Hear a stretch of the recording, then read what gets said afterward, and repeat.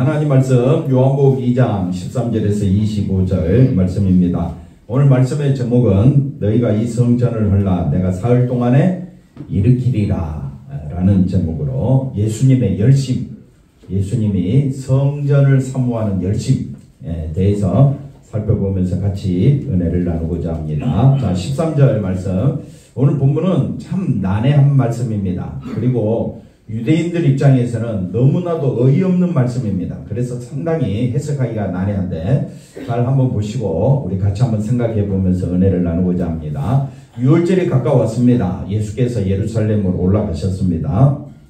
평소에 인구가 한 20만 명 되는 예루살렘인데 이 예루살렘에 6월절을 맞이할 때는 거의 10배 가까이 되는 200만 명까지 올 수 있다고 합니다.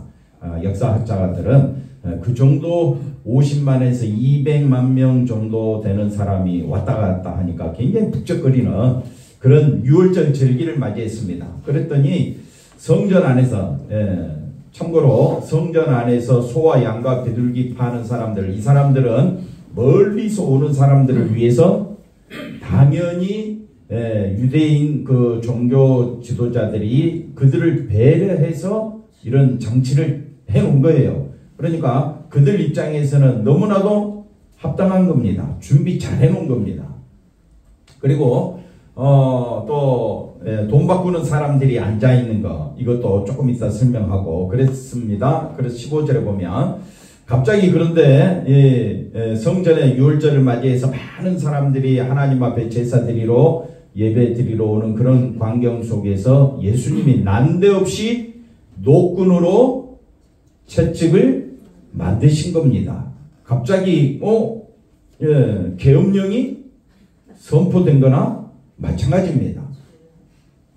굉장히 종교 지도자들은 충격을 받는 사건입니다. 근데 이제 표현을 그렇게 안 했을 뿐이지 우리가 예수님을 믿고 예수님 말씀을 듣다 보니까 노끈으로 채찍 만드시고 종교 지도자들을 향하여 이 성전을 헐라 이렇게 말씀하시는 예수님의 행위가 옳다고 우리가 인정은 하지만은 종교 지도자들 입장에서 봤을 때는 황당하기 짝이 없는 예수님의 행동이 되는 겁니다. 그리고 예수님이 양이나 소를 다 성전에서 내쫓으면 멀리서 오는 사람들은 어떻게 해? 재물을 갖고 와야 되는데, 그래서 그들의 편리를 위해서 성전 안에 다 준비해 놨는데, 그래 멀리서 이제 재물을 갖고 오다 보면 제사장들이 품목을 검사해요. 이 소가, 이 양이, 이 염소가 하나님의 제물에 합당한지, 눈이 충혈됐는지, 다리가 저는지 이런 건 합당하지 않거든요. 제사 드릴 때. 그럼 다 바꾸시킨단 말입니다. 그러니까 멀리서 오는 사람들의 제사를 드리기에 부족함이 없도록 다 배려해 준 거예요. 그렇죠? 그러니까 종교 지도자들 입장에서는 예수님의 행위가 황당하고, 그러면 예수님은 왜 이렇게까지 난리 법석을 떨어야 됐느냐? 그 이유를 우리가 지금 알아야 되는 거예요. 그래서 출애굽기 말씀을 먼저 한번 보겠습니다. 출애굽기 30장 말씀 보니까, 자, 성전에 들어가는데 돈 바꾸는 자들이 있습니다. 돈 바꾸는 자들이 왜 있느냐 하면요, 무릎 계수에 드는 자마다 성소의 세겔로 반세겔을 내라. 하나님 앞에 뭘 내라고요? 성전세를 내야 됩니다. 그걸 뭐라고 이야기하느냐? 반세겔을 내야 돼요. 반세겔은 노동자의 이틀치 품삯입니다. 5만원 하루 품삯을 요즘은 10만원, 얘는 조금 좀 과거로 돌아가서 한 5만원 정도라고 보십시다. 그러면 얼마를 내야 돼요? 10만원을 내야 돼요. 이틀치 품삯.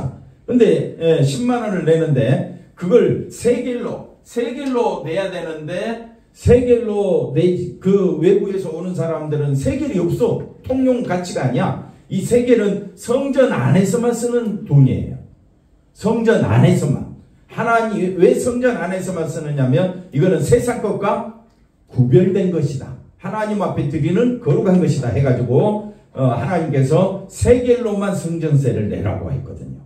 그러니 출애굽기 말씀대로 그 반세겔만 여호와께 드리라. 그리고 왜 반세겔을 내야 되느냐? 14절. 당연히 드려야 되는 거예요. 왜 드려야 되느냐? 14절 장로님 조연을 장로 한번 읽어볼까요? 예수 중에 드는 모든 자 곧 20살 이상 된 자가 여호와께 드리되. 네. 몇 살 이상? 20살. 20살 이상 된 자는 반드시 여호와께 뭘 드리라? 반세기를 드리라. 15절 이거는 뭐라고요? 너희의 생명을 대속하기 위하여 여호와께 드리는 겁니다. 그러니까 우리가 이제 헌금을 드린다라고 이야기할 때 의무적으로 드리는 것이 아닙니다. 의무적으로 드리는 것이 아니라 내 생명은 여호와께 속한 겁니다. 나는 영 예수 안에서 뭘 얻었다고요? 생명을 얻었습니다. 그 은혜가 감사하여 드리는 것이 반세겔입니다. 그러니까 반세겔의 의미가 그 생명을 대속받는 것은 부자라고 해서 하나님 나는 몇백 세겔 더 낼 수 있습니다. 하나님 그렇게도 하지 말라는 겁니다. 왜? 가난한 자라고 해서 너는 세금 안 내도 돼 이런 뜻이 아닙니다. 세겔은요, 반세겔은요, 나는 하나님께로부터 왔습니다. 내가 지금 살고 있는 것은 전적으로 하나님의 은혜입니다. 그런 의미로 모든 20세 이상 된 자는 다 드리라. 그러면 어떤 마음으로 드려야 됩니까? 기쁨으로 드려야 되죠. 그런데 여기에 이윤을 갖다 붙여버립니다. 대제사장들과 그 다음에 그 성전을 지키는 레위인들이 돈이 들어오는데 수많은 사람들이 유월절을 맞이해서 하나님 앞에 세계를 드리는데 이거 좀 돈 바꾸면 이윤이 남습니까? 안 남습니까? 그러면 15만 원 정도 들고 와야 두세 개를 바꿀 수 있다면 왜? 15만 원 그냥 드리면 되는데 세 개로 반드시 바꿔서 드려야 되니까 안 바꿀 수가? 부르는 게 값이에요. 부르는 게 값이라. 그러니까 이거는 그러면 하나님 앞에 두세 개만 드리면 되는데 많은 돈을 요구할 때는 가난한 자들은 너무 어려운 상황에 처하게 됩니다. 그러니 분명히 하나님이 정해놓은 방법이고 바리새인들과 유대인들은 성전을 관리하고 있는 레위인들 입장에서는 자기들의 행위가 옳다 한다 할지라도 그 행위가 생명을 대속하기 위하여 감사함으로 드리는 세겔이라면 예수님이 인정했겠지요. 그죠? 근데 예수님이 인정을 안 했다는 데 문제가 있습니다. 다시 말하면 여러분이 예배 드리러 왔습니다.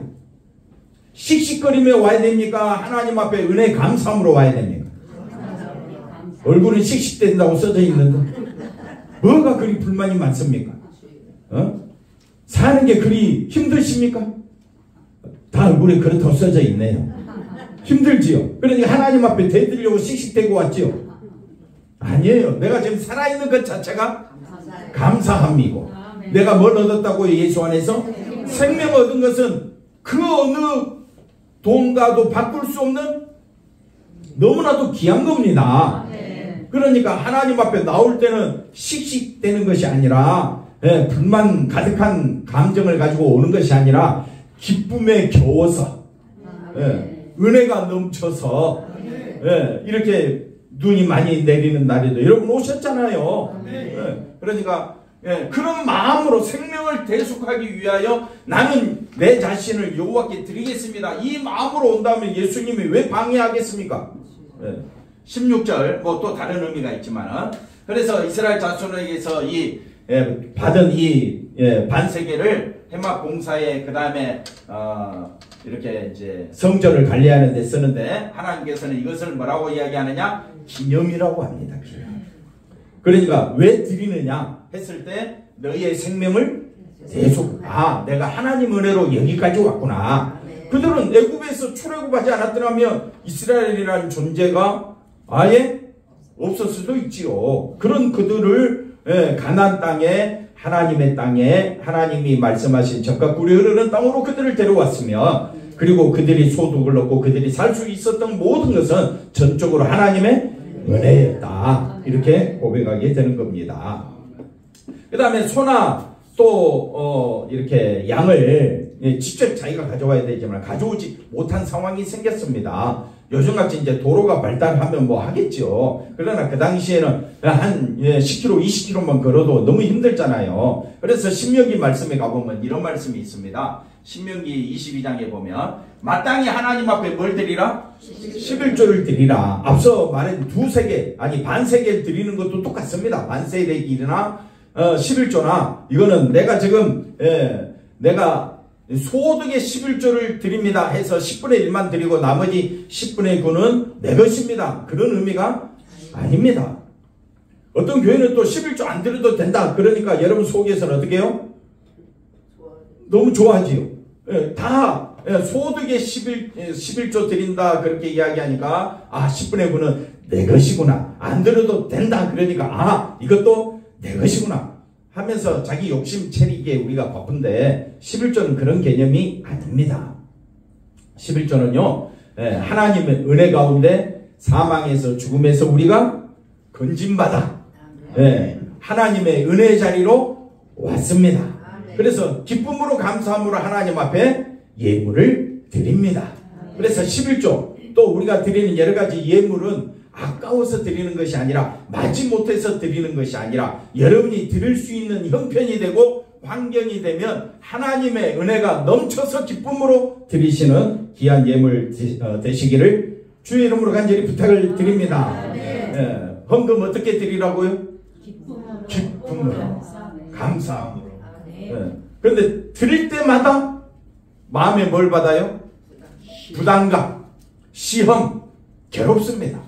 왜? 너무 지금 낼 형편도 아닌데 내려고 하면 이거 목돈인데 그러니까 인간적 생각으로는 드리고 싶어요? 안 드리고 싶어요? 솔직하게 안 드리고 싶으니까 큰 교회 가서 그냥 예배만 달랑 헌금에 부담 없이 드리는 성도들도 많습니다.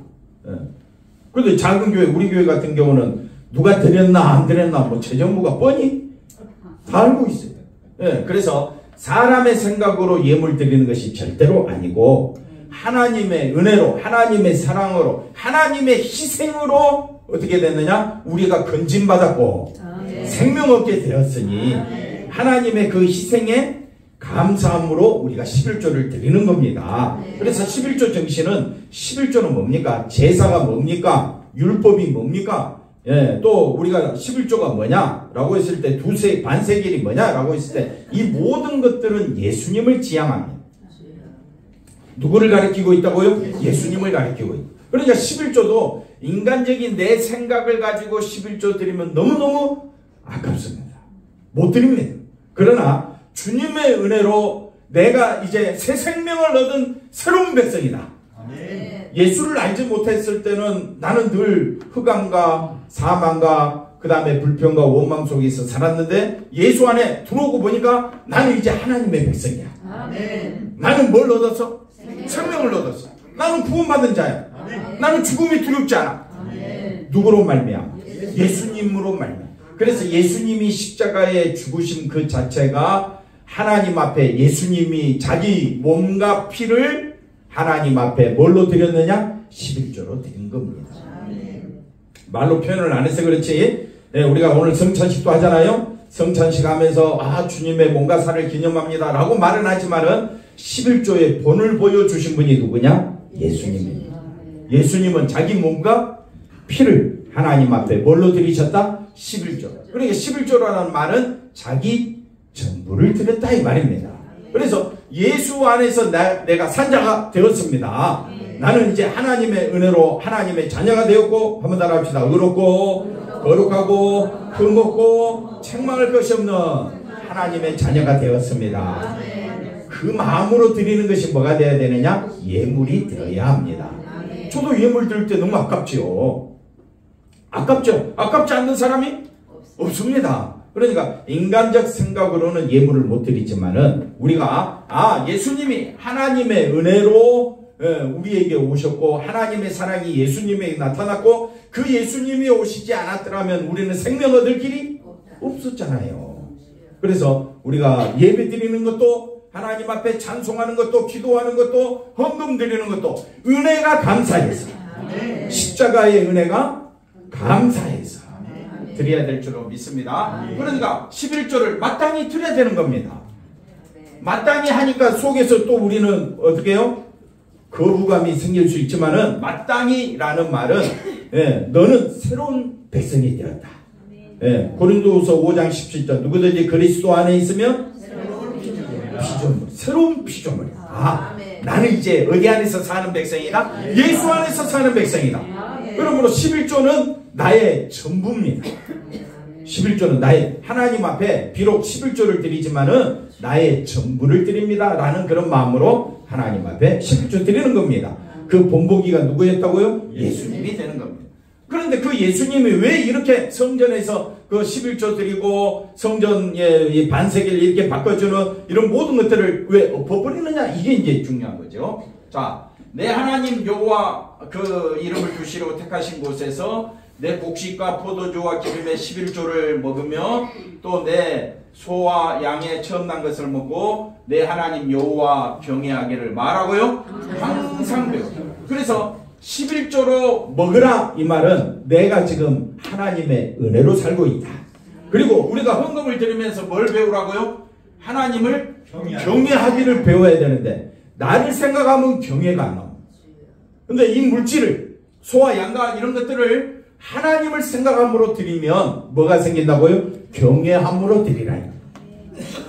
예, 아멘이 크게 안 나오니까 또 강조해야 되죠. 어쩔 수 없이. 24절 보십시다. 자, 그러나 하나님께 그거 곡식과 포도주와 이런 여러 가지 11조를 드리려고 하는데 너무 멀어. 행로가 가는 길이 너무 힘들어. 그러니까 어떻게 해요? 가지고 갈 수 없거든. 25절에 그것을 뭘로 바꾸라? 돈으로 바꾸어. 그 돈을 어떻게? 하나님은 너무 또 친절하게 돈으로 바꾸어서 그걸 말하고요? 싸가지고 그리고 하나님께서 택하신 성전에 가서 그 다음 26절에 내 마음에 원하는 모든 것을 그 돈으로 말하고요. 소나 양이나 포도주나 이 내 마음에 원하는 것들을 거기서 구하고 그 다음에 중요한 것은 11조는요. 내 건속과 함께 먹고 11조로 먹고 즐거워하라는 말은 11조 그 돈으로 쓰라는 말이 아니라 하나님의 은혜가 너무 감사해서 내가 11조를 드리게 되었네. 하나님의 은혜로 내가 산자가 되었네. 하나님의 은혜로 나는 장로님 뭘 가진 자가 되었다고요? 생명 가진 자가 되었네. 그래서 식구들과 같이 나누어 먹고 그러는 거지. 예, 먹고 마시자고 했으니까 11조로 써야지 그런 의미가 아닙니다. 어쨌든 11조의 의미는 하나님의 은혜에 감사해서 우리가 먹고 마시는 겁니다. 네. 그 다음 27절 장로님 한번 읽어볼까요? 네 성읍에 거주하는 레위인은 너희 중에 분깃이나 기업이 없는 자이니 또한 저버러지 말지니라. 아멘. 그러니까 이 11조로 이스라엘 백성들은 성전과 그 다음에 레위인들을 위해서 그 다음에 또 이스라엘 백성들이 하나님의 은혜가 무엇인지를 분명하게 가르치기 위하여 반세계를 내라. 그 다음에 마라 11조 내라. 그랬단 말입니다. 그런데 왜 예수님께서 16절에 오늘 본문 말씀 보니까 이야기 당연히 뭡니까 반세계 그 다음에 또 뭡니까 이렇게 짐승 바꾸는 거 이건 성전 안에서 당연히 할 수 있는 일입니다. 근데 예수님이 어떻게 해요? 노끈으로 채찍을 만드셔가지고 어떻게 해요? 소화양을 내쫓으니까 이게 제사장과 레위인들이 봤을 때는 이게 뭡니까? 황당하지요. 벌쩍벌쩍 뛸 일입니다. 지금 난리가 난 거예요. 근데 예수님 뭐라고 해요? 예수님 말씀에 우리 한번 귀 기울여 봅시다. 자, 장로님 한번 더 읽어볼까요? 네. 비둘기 파는 사람들에게 이르시되 이것을 여기서 가져가라. 내 아버지의 집으로 장사하는 집을 만들지 말라 하시니. 자, 예수님 말씀의 핵심이 여기 있습니다. 성전 하면 제가 두 가지를 떠올리라 했습니다. 성전 하나님의 집. 네? 하나님의 집. 하나님 집 여기 앞에 나와 있고 성전 하면 두 가지. 제사 그 다음에 제사가 예배입니다. 제사 예배. 성전 하면 임재 하나님의 임재. 네. 제사 성전 하면 딱 두 가지를 떠올려요. 성전 하면 제사를 통해 제사함 받는구나. 예배를 드림으로 제사함의 은혜를 깨닫는 겁니다. 성전 하면 뭘 떠올리라고요? 제사. 그 다음에 또 하나는 하나님의 임재, 하나님이 함께 하신다. 그런데 그 성전에서 예수님이 봤을 때 내 아버지 집으로 제사와 하나님이 임재하시는 그 집인데 뭘로 만들었다? 장사하는 집. 좋게 표현한 겁니다. 마태복음 말씀 한번 가볼까요? 마태복음 21장 12절에 자 마태복음 자 나왔습니다. 성전에 들어가서 성전 안에서 매매하는 모든 사람들을 내쫓으시죠. 이거는 우리가 봤을 때 황당하다 이야기했죠. 그 다음에 13절에 근데 예수님이 뭐라고 말합니까? 내 집은 기도하는 집이라. 뭐라고 이야기합니까? 너희는 강도세굴. 아까 요한복음에서는 뭐라 그랬습니까? 장사하는 집. 그러니까 성전의 기능이 뭐라 그랬습니까? 제사와 하나님이 임재하신다면 모든 영광을 누구에게 돌려드려야 됩니까? 그런데 대제사장과 레위인들이 지금 성전 안에서 뭐 하고 있어요? 장사하고 있죠. 그걸 예수님은 뭐라고 표현해 버리느냐? 강도다. 하나님의 것을 빼앗는구나.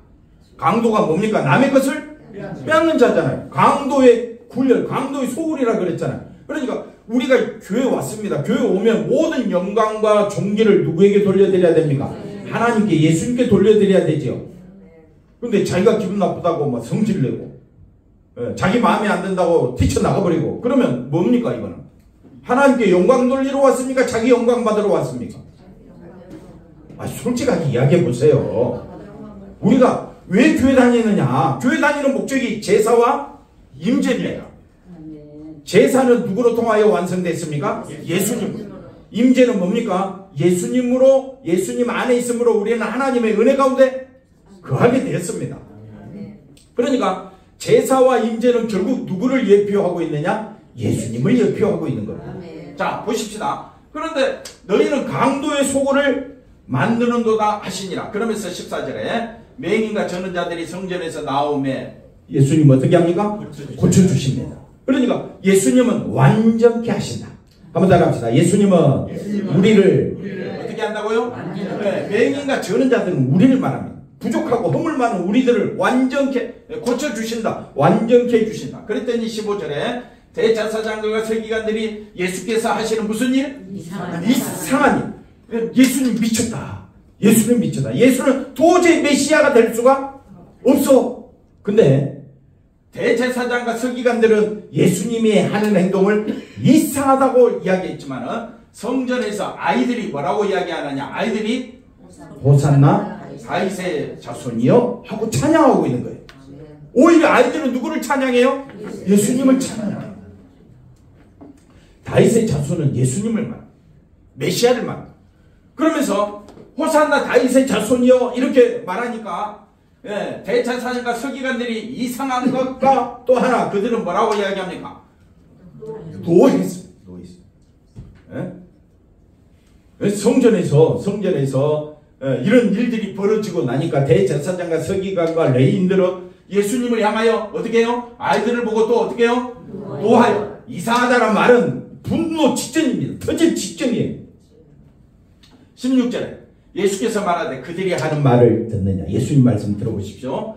예수께서 이르시되 어린 아기와 젖먹이들 입에서 나오는 찬미를 어떻게 해요? 아이들이 뭐라고 소리 질렀습니까? 호산나 다윗의 자손이요 지금 우리를 구원하소서. 이게 호산나 뜻이잖아요. 지금 우리를 구원하소서. 이걸 어떻게 했다? 온전 어디서? 예수님이 어디서? 어디서? 성전 말고 십자가에서. 이해가 되시겠습니까? 호산나 다윗의 자손이여 우리를 구원하소서. 어디서? 예수님이 십자가에 죽으심으로 이 성전에서 일어난 해기한 사건을 예수님은 어떻게 만들어버렸느냐? 온전하게 만들어버렸어요. 그래서 17절에 이제 이런 말씀이 나옵니다. 그러니까 이렇게 말씀하니까 이 성전 사건이 바리새인들과 레위인들과 서기관들이 볼 때는 너무나 황당한 일이고 이상한 일이고 받아들일 수가 없지만 예수님 입장에서 봤을 때는 성전은 자기인데. 그래서 오늘 말씀 보십시다. 17절 말씀 볼까요? 21절을 먼저 보겠습니다. 21절 예수님 뭐라고 말합니까? 예수는 성전된 자기 육체를 가리켜 말씀하신 것이다. 서기관들과 레위인들이 그 다음에 대제사장들이 예수님을 향하여 이상하다 뭐 분노하고 뭐 그럴 상황인데 예수님은요 예루살렘에 올라가셔서 성전에서 되어지는 이 모든 일을 통하여 뭘 드러내고자 하느냐? 하나님께 영광 돌리고 자기 자신이 성전됨을 선포하고 있는 겁니다. 네. 그래서 아까 몇 절이었습니까? 17절에 이제 또 이상한 말씀이 하나 있습니다. 제자들이 성경 말씀에 주의 전을 사모하는 열심, 나를 삼키리라. 다윗의 시인데 다윗이 시편 69편 9절에 말씀합니다. 하나님의 성전을 지으면서 성령에 감동되어 시를 짓게 되는데 한번 볼까요? 주의 집을 위하는 뭐라고요? 열심히 나를 삼켰다. 나를 삼켰다는 말은 나에게 해가 되었다. 내가 죽게 되었다 이 말이에요. 아니 주의 전을 열심히 사모했는데 열심을 내었는데 왜 그게 나에게 해가 됩니까? 그 다음에 또 뭐라고 말합니까? 주를 비방하는 비방이 아니 주를 비방하는 비방이 왜 내게 미치나? 이것을 뭐라고 그 다음에 설명하면 내가 곡하고 금식하였더니 하나님을 위한 열심 하나님을 위한 비방하는 자들을 비방했더니 오히려 그게 내게 비방이 되고 그 다음에 내가 곡하고 금식했더니 오히려 나에게 뭐가 됐어요? 욕이 되고 그 다음 11절에 내가 굵은 배로 하나님 앞에 나아갔더니 오히려 그들은 나를 어떻게 해요? 말거리 조롱 삼지. 성문에 앉은 자가 나를 어떻게 해요? 성문에 앉은 자는 재판자입니다. 재판자. 그러니까 바리새인들 서기관들을 말하죠. 그들이 오히려 나를 뭐 한다고요? 비난. 독주에 취한 무리가 나를 두고 어떻게 해요? 나를 술 취해서 하는 사람들까지도 어떻게 해요? 나를 미워한다 이 말. 무슨 말입니까? 대제사장들과 서기관들과 레위인들이 예수님이 하는 행동이 너무 이상한 거예요. 그런데 예수님은 무엇을 위해서 그렇게 열심을 냈느냐? 이 성전은 하나님의 영광을 드러내야 된다. 하나님이 임재하시는 곳이다. 그러면 성전의 참된 의미는 뭐냐? 온전한 제사를 드려야 되지 않겠느냐? 그 온전한 제사를 드리기 위하여 누가 오셨다고요? 예수님이. 그러므로 이 이스라엘 백성들은 예수님이 성전이라고 생각을 하겠어요? 안 하겠어요? 왜 안 할까요? 예수님이 성전이라고 생각을 해야 되는데 왜 안 했을까요? 그냥 지나갈 수도 있는데 잘 생각해요. 송 집사님 답을 해보세요. 왜 예수님을 성전이라고 사람들이 생각하지 않았을까요? 그래서 18절 답을 할 때까지 기다릴 거예요. 18절 한번 볼까요? 유대인들이 대답하되 무슨 이런 일을 행하냐? 무슨 표적을 우리에게 보이느냐? 19절에 예수께서 대답하여 이르시되 이 성전을 벌라 내가 사흘 동안에 일으키리라. 유대인들이 말합니다. 이 성전은 지금 몇 년 동안요? 46년. 약 62년경에 완성이 됩니다. 80년 동안 지어집니다. 그러니까 예수님 때는 46년입니다. 46년 동안 지어졌는데 네가 3일 동안에 일으키겠다고? 그러니까 왜 예수님을 성전으로 인정하지 않았을까요? 답은 항상 성경에 있다고 했는데 눈에 보이는 성전을 성전으로 여겼기 때문입니다. 지금 눈에 보이는 성전은 몇 년 동안? 이 성전, 지금 성전은 눈에 보이는 성전인데 예수님이 성전이라고 생각하겠느냐 이 말입니다. 생각할 수 있겠어요 저는? 못하지요. 그때는 못하지요. 그러니까 21절에 뭐라고 말합니까? 그러나 예수님은 성전된 자기 육체를 말씀하고 그 다음에 22절이 중요합니다. 장로님 한번 읽어볼까요? 죽은 자 가운데서 살아나신 후에야 제자들이 이 말씀하신 것을 기억하고 성경과 예수께서 하신 말씀을 믿었더라. 아멘. 그러니까 죽은 자 가운데서 예수님의 성전을 이 46년 동안 지은 성전을 헐라. 그럼 내가 며칠 만에? 사흘 동안에. 그러니까 사흘 동안이라는 말이 뭐냐면 십자가에 죽으셨다가 부활하신 그 사흘. 그것이 그러니까 성전된 자기 육체. 예수 성전은 두 가지 의미가 뭐라 그랬어요? 제사와 임재. 예수님을 통하여 우리는 참된 제사를 드리고 예수님을 통하여 하나님의 임재가 우리 가운데 임했으며 우리 자신은 뭐가 되느냐? 성전이 되는 겁니다. 그래서 제자들이 믿었죠. 마지막 고린도전서 가볼까요? 고린도전서 3장 16절에 뭐라고 이야기하느냐? 너희가 하나님의 성전이고 하나님의 성령이 너희 안에 계시는 것을 알지 못하느냐? 17절 누구든지 하나님의 성전을 더럽히면 하나님이 그 사람을 멸하시. 눈에 보이는 성전도 멸했는데, 그러니까 하나님의 성전은 거룩하니, 다시 말하면 하나님의 성전된 저와 여러분은 누구를 높이며 살아야 합니까? 예수님의 그 거룩한 십자가 보혈의 피를 높이며 사는 것이 2025년도 한 해가 되시기를 주의 이름으로 간절히 축원드립니다. 기도합니다. 하나님 감사합니다. 예수님이 성전에 대한 자기 열심을 드러내신 것처럼 우리도 성전된 성령으로 말미암아 하나님 백성된 우리들도 예수를 위해 사는 것이 우리의 삶의 목적이 되어야 할 줄로 믿습니다. 하나님 우리를 긍휼히 여겨 주시옵소서. 눈에 보이는 것 쫓아가는 것이 아니라 예수님의 십자가 보혈의 그 부활하심에 이제 모든 소망을 두고 살아갈 수 있는 저희들의 삶이 되어지도록 하나님 인도해 주시옵소서. 감사하고 예수님의 이름으로 기도하옵나이다. 아멘.